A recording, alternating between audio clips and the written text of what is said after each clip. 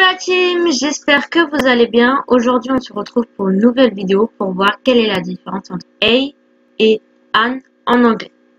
Alors premièrement, qu'est-ce que c'est? Donc c'est tout simplement des articles indéfinis. Donc en français, nos articles indéfinis sont un, une ou des. En anglais c'est a et an.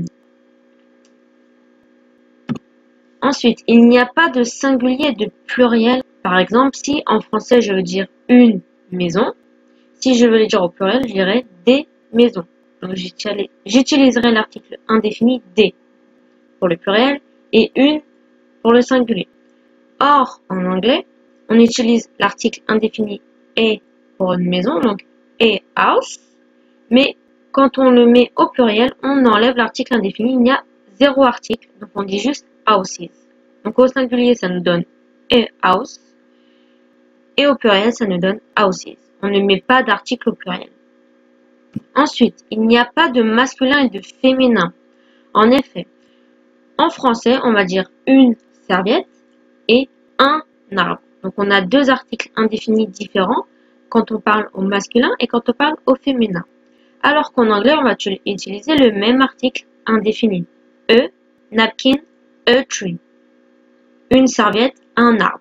Et maintenant, vous allez me dire, mais attends, parce que là, on voit il n'y a pas de masculin, il n'y a pas de féminin, il n'y a pas de singulier, il n'y a pas de pluriel, mais an, quand est-ce qu'on l'utilise?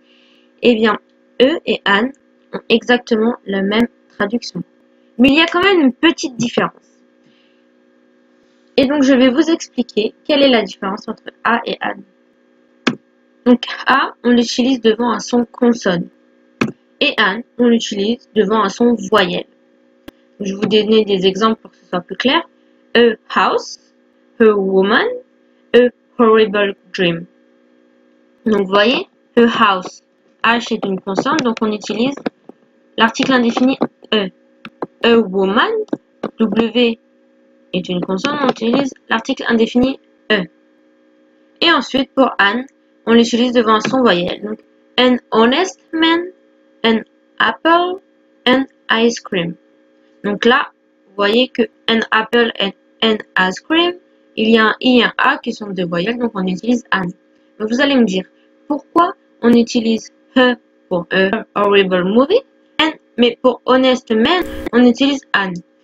Et en fait, la réponse est tout simple. On utilise e devant un son consonne. Et on utilise an devant un son voyelle et pas forcément une voyelle. C'est-à-dire que a horrible movie, on prononce le H. A horrible movie. Mais an honest man, on ne dit pas an honest man, on dit an honest man. D'accord? On ne prononce pas le H. Et ça, c'est la petite différence entre les deux qui est un petit peu compliquée. C'est avec le son H. Des fois, on va prononcer le H et des fois, on ne va pas le prononcer. Donc, quand on prononce le H, on met l'article indéfini E. Et quand on ne prononce pas le H, on laisse l'article indéfini an. Mais ça, après, au fur et à mesure où vous allez apprendre l'anglais, vous allez y arriver sans y réfléchir et ça deviendra plus fluide. Je vous remercie d'avoir regardé ma vidéo. J'espère qu'elle vous a plu. Si elle vous a plu, n'hésitez pas à mettre un petit pouce bleu et à vous abonner. Et surtout, si vous avez des questions, voilà. Et surtout, si vous avez des questions, n'hésitez pas à me les marquer en commentaire. Je vous y répondrai.